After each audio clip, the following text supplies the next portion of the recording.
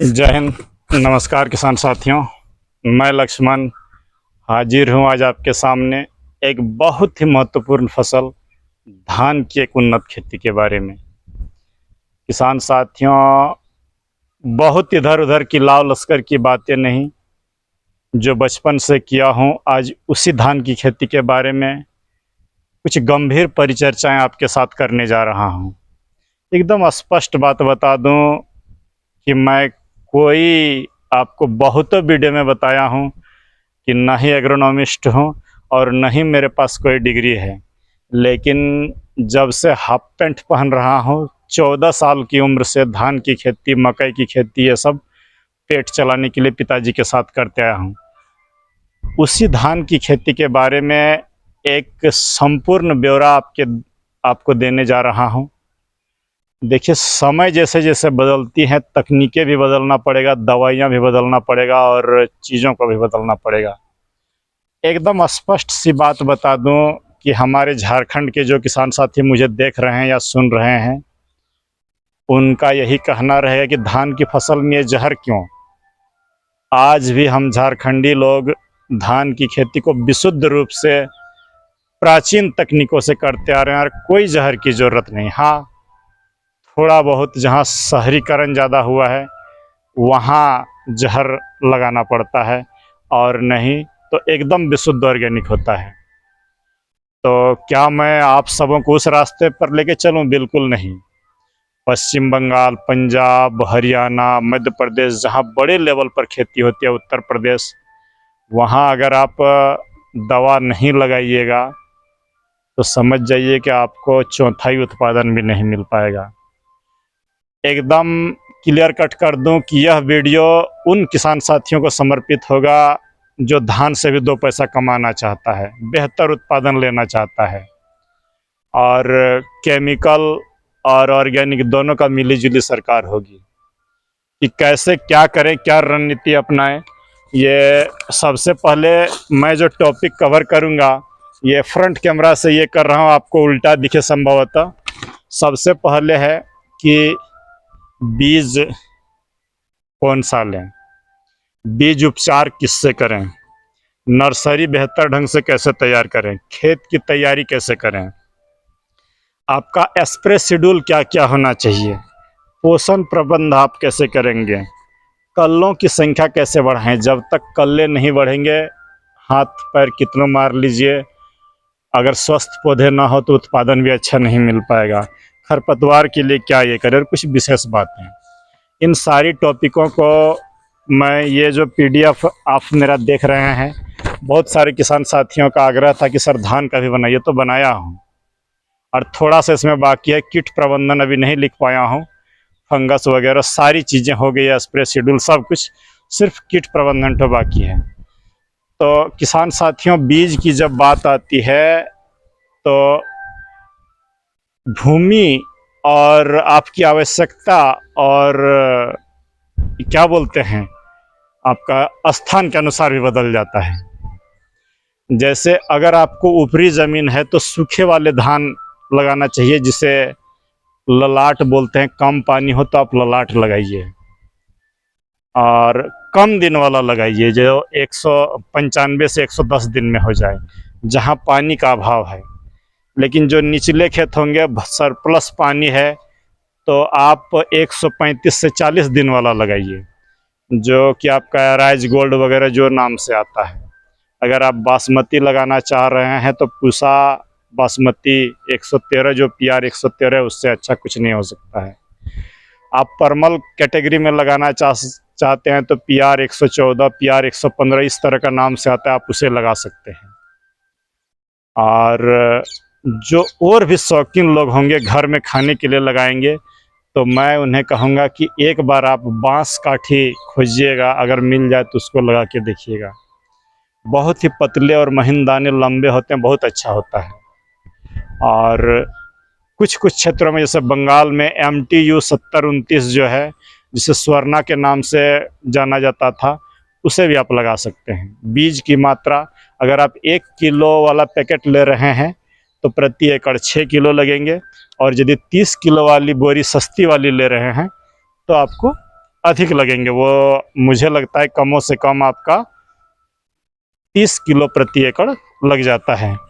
तो चलिए आगे बढ़ते हैं किसान साथियों की बीज से ही आपको कुछ कुछ परिचर्चाएं करनी है। बीज जो है आप बीज का जो उपचार करेंगे एकदम साफ बात है।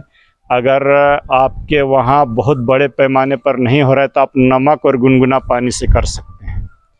लेकिन यदि कॉमर्शियल खेती कर रहे हैं तो आप साफ पाउडर से उपचारित कर दीजिए। प्रति किलो बीज जो है 4 ग्राम पाउडर देना चाहिए। आगे बढ़ते हैं किसान साथियों, यदि आपकी खेत में ब्लाइट वगैरह ज़्यादा आता है तो बायर का जो एवर गोल एक्सटेंट आता है, नाम सुन ले, एवर गोल एक्सटेंट 1 मिली प्रति लीटर के हिसाब से घोल करके आप उपचारित कर सकते हैं। और नहीं मिलता है तो जो बासफ की झेलोरा है 2 ग्राम और स्टेप्टोसाइक्लिन मैंने 0.25 ग्राम मैंने 30 लीटर पानी में 6 ग्राम की पुड़िया स्टेप्टोसाइक्लिन का डाल दें और बीज उपचार आप कर दें। अगर आप झेलोरा और स्टेप्टो से बीज उपचार कर रहे हैं तो समझ लीजिए कि आधी बीमारियों पर विजय आप यहीं से पा लीजिएगा। नर्सरी बनाते समय एक बात एकदम स्पष्ट ख्याल करें, जिस खेत में पानी जमाव ना होता हो, जल निकास की समुचित व्यवस्था हो, थोड़ा सा ऊंचा करके बनाइए। नर्सरी को अच्छी तरीके से मिट्टी को भुरभुरा बना लीजिए और गोबर की खाद और 10-26-26 दे करके आप नर्सरी जो है डाल दीजिए। सूखे में नर्सरी डालिएगा। बहुत सारे यूट्यूबर और किसान बोलेंगे कि नहीं गीला में पानी तो वो अंकुरण कम होता है और वो कबाड़ते समय उसमें जो है आपको परेशानी होगा। लेकिन सूखे में डाला गया नर्सरी जितना अच्छा होता है उतना गीला वाला कभी अच्छा नहीं होगा। सूखे में आप अच्छी तरीके से मिट्टी को सोलराइजेशन कर करके गोबर और 10-26 दे करके आप जो है आराम से नर्सरी डाल दीजिए। किसान साथियों, धान की खेती अगर आप कर रहे हैं तो बेसल डोज देखिएगा, किसान बहुत सारे किसान लोग बहुत बोरा का बोरा डाल देता है, लेकिन मैं जो आपको सिस्टम बताऊंगा अगर उसमें चल रहे हैं तो बोरा नहीं किलो में खेती होगी। और जितना अड़ोसी पड़ोसी का धान निकलता है उससे अगर दुगुना नहीं निकला तो कमेंट करके बताइएगा कि सर आपके बातों से मैंने चला और मेरा हानि हो गया। तो बेसल देने से पहले मैं यहाँ पर बता दूं कि पहले सबसे पहले आते हैं खेत की तैयारी पर, उसके बाद बेसल पर आऊँगा। खेत की जब आप तैयारी करें तो धान की खेती में पोला जब बनाइएगा उससे पहले सूखे में 3 से 4 जुताई अच्छी तरीके से करें। और अगर संभव है आप में थोड़ा सा भी सोचने की कैपेसिटी है तो हल्का सा खर्चा करिए। जब धान की नर्सरी डाल रहे हैं उसी समय धान की खेत में कोई भी इनमें से 3-4 में से एक फसल लगा दीजिए पूरे खेत में। क्या लगाइएगा, या तो मक्का लगा दीजिए, या तो मूंग लगा दीजिए, या तो सनई लगा दीजिए। ढेंचा कहाँ खोजिएगा, सनई ज़्यादा अच्छा होता है, बस एक यही चीज़ जान लें।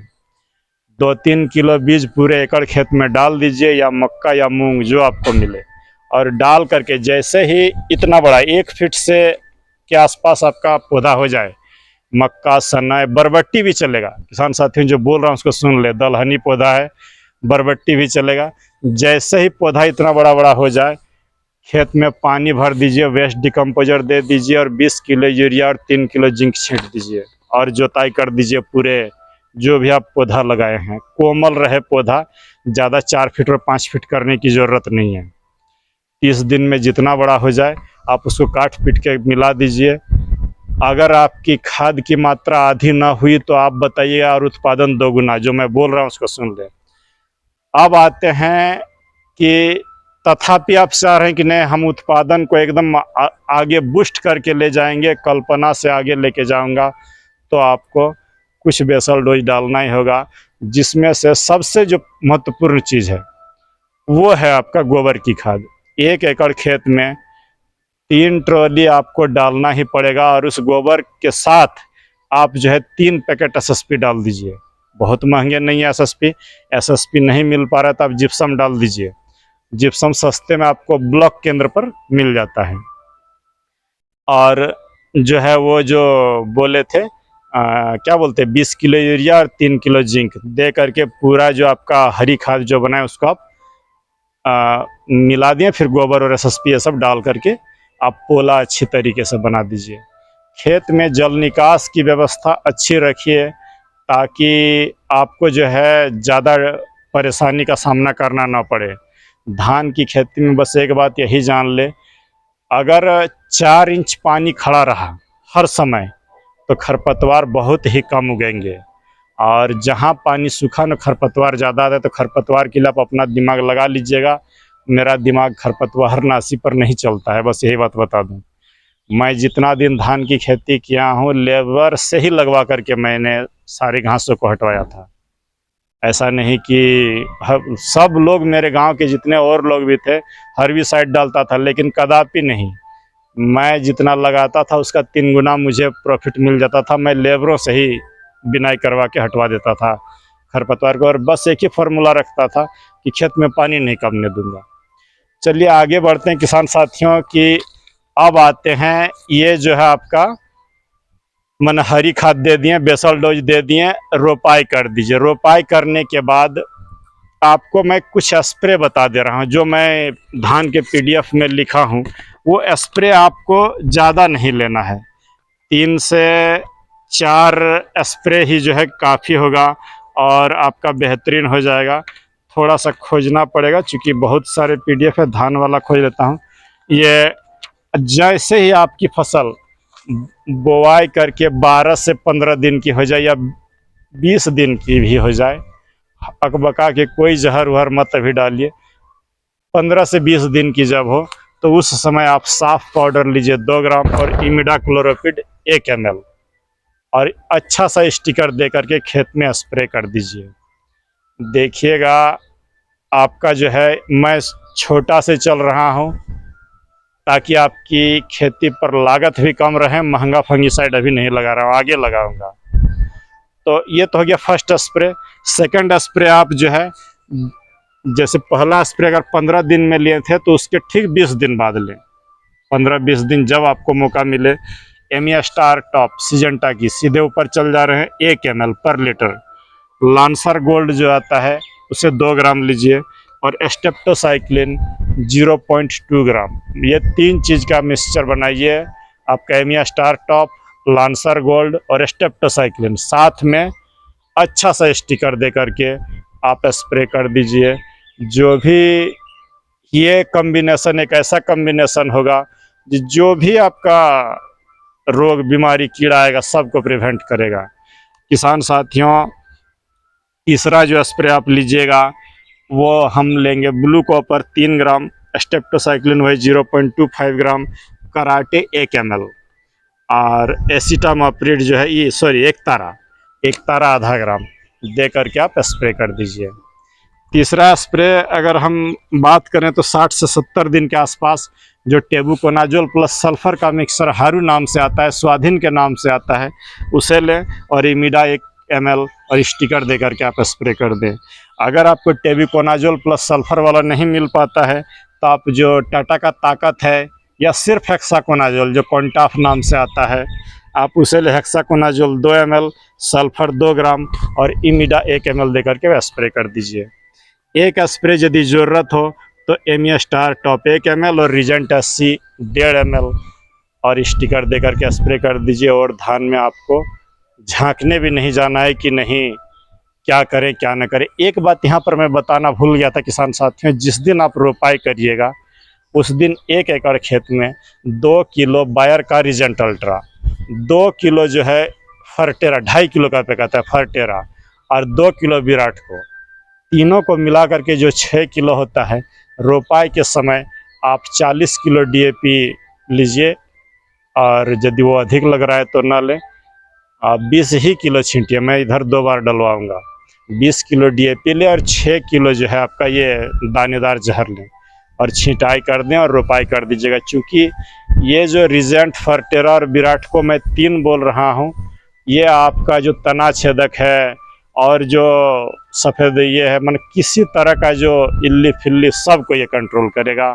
मने आप टेंशन फ्री रहिएगा। जो किसान साथी क्या करते हैं कि नाम कभी नहीं बदलिएगा कि नहीं हम कार्बोफ्यूरन डाल देंगे तो ये डाल देंगे वो डाल देंगे, वही गड़बड़ होगा। आप एकदम नाम से लीजिए विराट को, फर्टेरा और आपका रीजेंट अल्ट्रा, तीनों नामी कंपनी का है।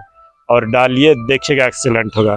तो ये तो हो गया हमारा ये मैंने स्प्रे शेड्यूल। ये 3 स्प्रे अगर आप दे रहे हैं तो जो 8-10 फंगस लगता है धान की खेती में, जिनका नाम मैं अपने पीडीएफ में चर्चा किया हूँ, जैसे BLV है, झुलसा है, भूरा चित्ता है, ब्लास्ट है, ये उसके बाद आपका ये खैरा रोग है, ये सीथ ब्लाइट है, सब के लिए रामबाण होगा ये 3 स्प्रे। आपको इधर उधर ताकने झांकने की ज़रूरत नहीं है। बात आती है अब पोषण प्रबंधन की। आपने हरी खाद लगाया है, 20 किलो DAP भी लगा दिए हैं, आपका जिप्सम भी लगा दिए हैं रोपाई के समय में। और अब जो आता है क्या करिएगा, जैसे एक शेड्यूल बना लें। सबसे पहले क्या करें, 10वें या 12वें दिन पर आप जीवामृत चलाइए। देखिए जो बोल रहा हूँ उसको फॉलो करिए, सस्ते में खेती अच्छा करना है। 12वें दिन पर जीवामृत चलाइएगा। ठीक उसके 20वें दिन जब हो जाए तो फसल घुट्टी चलाइएगा। फसल घुट्टी 2 बार चलाना होगा, एक बार 20वें दिन पर, एक बार 80वें दिन पर, जब आपका गांठ बनने लगे उस समय। तीसरा जो है आपका 35वें दिन पर हाइब्रिड खाद दीजिएगा। 1 एकड़ में 3000 खर्चा बैठेगा। अगर आपको हाइब्रिड खाद की जानकारी नहीं है तो चैनल पर जाइएगा और देखिएगा नीचे स्क्रॉल करके कि हाइब्रिड खाद कैसे बनाएं, तो वो देख लीजिएगा। अगर आप कुछ नहीं कर रहे हैं, 1 ग्राम DAP यूरिया नहीं दे रहे हैं, तो ये 3 चीज़ को फॉलो कर लीजिए। पहले जीवामृत, फिर फसल घुट्टी, फिर हाइब्रिड खाद, देखिएगा। और सिर्फ हरी खाद उधर आप बना दिए हैं तो धान का जो उत्पादन होगा वो आपकी आशा से परे होगा। एक एक कल्लों को आप मुंह हाथ से पकड़ नहीं पाइएगा, वो जो आपका मुठ होता है वो पकड़ने में असंभव होगा। एक बात यहाँ पर स्पष्ट जान ले किसान साथियों, एक बार यूरिया आपको और जिंक देना ही पड़ेगा। जो है ज़्यादा नहीं, मैं मात्र 5 किलो यूरिया बोलूँगा, सॉरी 20 किलो यूरिया और 4 किलो जिंक। ये मेरा 2 बार यूरिया पड़ गया। एक बार शुरू में बोले थे हरी खाद के साथ 20 किलो, और फिर अभी 20 किलो एक एकड़ में, और ये जिंक 4 किलो दे करके आप दे दीजिए और कुछ नहीं करना पड़ेगा। बात आती है कि कल्लों को हम कैसे बढ़ाएं। यदि आप ये फसल घुट्टी, फिर आप जो है इसके बाद ये दे दिए पहले जीवामृत, फिर फसल घुट्टी, हाइब्रिड खाद, तो कल्ले खुद ब खुद बढ़ेंगे। लेकिन तथापि एक काम कर सकते हैं, 28वें दिन जिस दिन रोपाई की होगी उस दिन 1 एकड़ में 3 किलो लीजिए 1261 और लगभग आपका 400 ग्राम ह्यूमिक एसिड और 400 ml बायोविटा सीविड छींट दीजिए पूरे खेत में। देखिएगा कल्ले अच्छे होंगे। बढ़वार यदि ज़्यादा हो रहा है, आप हाइब्रिड खाद देने के बाद एक बार उसमें से सिजेंटा का कल्टार का स्प्रे कर दीजिएगा। ये सब चीज़ देने के बाद देखिएगा कल्लों की भरमार हो जाएगी। और जब एक यहाँ पर मैं आपको बता दूं कि पोषण का स्प्रे भी आपको लेना होगा किसान साथियों। जब हम अच्छा करेंगे तो 3-4 स्प्रे लीजिए पोषण का। एक बार 15वें दिन पर 19-19 बायोविटा और ह्यूमिक एसिड का स्प्रे लीजिए। 30वें दिन पर जो बोले 1261 बायोविटा और ह्यूमिक एसिड का। और आपका फिर जो है 2 स्प्रे लेना होगा, 052-34 बायोविटा और ह्यूमिक एसिड का। इसी समय आपका ग्रोथ होता है। और जब फूल निकल जाने लगे तो 0050 बायोविटा और ह्यूमिक एसिड का लीजिएगा। और दाना जब बन जाए तो इसाबियन, एंट्राकोल और बोरोन का स्प्रे लीजिएगा। अगर उत्पादन आप जितना लिए उससे 1.5 गुना ना हो मेरी इन तकनीकों से, खर्चा तो आपका भले जैसे हाइब्रिड खाद अकेले 3000 लगा देगा, खर्चा जितना बढ़ेगा वो खर्चा गौन हो जाएगा। और अगले साल जो आने वाला साल है वो खर्चा आपका कम हो जाएगा। ऐसा नहीं कि हर साल आपको ये लगाना ही पड़ेगा। सिर्फ हरी खाद और एक हाइब्रिड खाद के सहारे खेती हो जाएगी। लेकिन जो मिट्टी को गड़बड़ सड़बड़ करके रखे हैं उसको जो है आपको सुधारना होगा। किसान साथियों, बात करते हैं हम यहाँ पर कि ये जो कोई भी खेती कर रहे हैं, एकदम जो सबसे मेन फंडा होता है, मेरे पिताजी भी बोल के गए हैं कि 2 सांझ खेती 3 सांझ गाय। मन अगर खेती आप कर रहे हैं तो उसको 2 बार मुआयना करिए, और अगर घर में गाय या डेयरी रखें तो 3 बार मुआयना करना होगा, तभी आप उस पर बेहतर मॉनिटरिंग कर सकते हैं। तो वॉच करिए कि कहीं कोई रोग बीमारी कीड़ा शुरुआत तो नहीं, और उसी समय हल्की दवाइयों से आपका काम चल जाएगा। और बहुत अलाय बलाय धान की खेती से मैं नहीं समझता हूँ आसान खेती कुछ होगा, लेकिन आप उसे कॉम्प्लिकेटेड कर लेते हैं और दुकानदारों पर भरोसा करके लंद फंद दवाई मारते हैं। ये जो 3 स्प्रे बताया, ये जो जितना चीज़ों को बताया, अगर ना समझ में आए तो एक आध बार और इसे अच्छा तरीके से सुन लीजिएगा और अच्छा तरीके से अप्लाई करिएगा, देखिएगा बेहतर हो जाएगा। ये जितना भी वीडियो मैं बताया हूँ इसमें से आपका सभी चीज़ों को ये लिखित रूप में है। आपका जो रोग इसमें आता है, जिसे ब्लास्ट का चर्चा किया हूँ, भूरा चित्ता का चर्चा किया हूँ, ब्लाइट का चर्चा किया हूँ, BLB का चर्चा किया हूँ, खैरा रोग है, शीथ ब्लाइट है, और आपका कीटों का चर्चा भी लिख रहा हूँ। आशा करते हैं कि रविवार आते आते कीटों पर भी सारा चीज़ लिख दूंगा।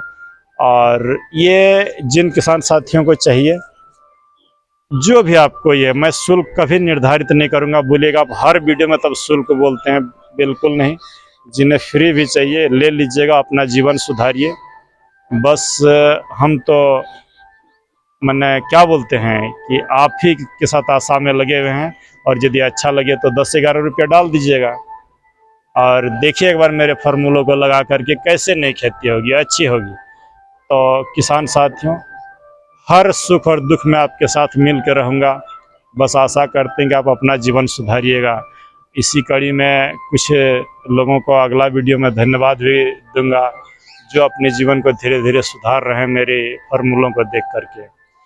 एक दो बात और बता दूं कि आप 50 यूट्यूबर को सुनते हैं और देखते हैं, एक बार एक पैमाने पर लगा के देख लीजिएगा किसी भी यूट्यूबर का, जिनको भी आपको लगाना है, उनके 10 वीडियो को अपना खेती में लगा लीजिएगा और मेरा एक वीडियो को किसी फसल पर लगा के देख लीजिएगा। संभवतः कुछ न कुछ अंतर आएगा, क्योंकि मैं बड़ा टेक्नीशियन नहीं हूँ, बड़ा जानकारी वाला नहीं हूँ। आपका छोटा सा दोस्त, आपका छोटा भाई, आपका एक छोटा सा किसान। तो अगर अच्छा लगा हो तो दिल से किसी को शेयर कर दीजिएगा, ताकि कोई किसान माने चंगुल से बच जाए। और ये PDF आप 11 रुपया दे करके ले सकते हैं, इसी से मेरा गुजर बसर हो जाता है आपका 11 रुपये से ही। तो चलिए मिलते हैं किसी वीडियो पर। धन्यवाद, नमस्कार, जय हिंद।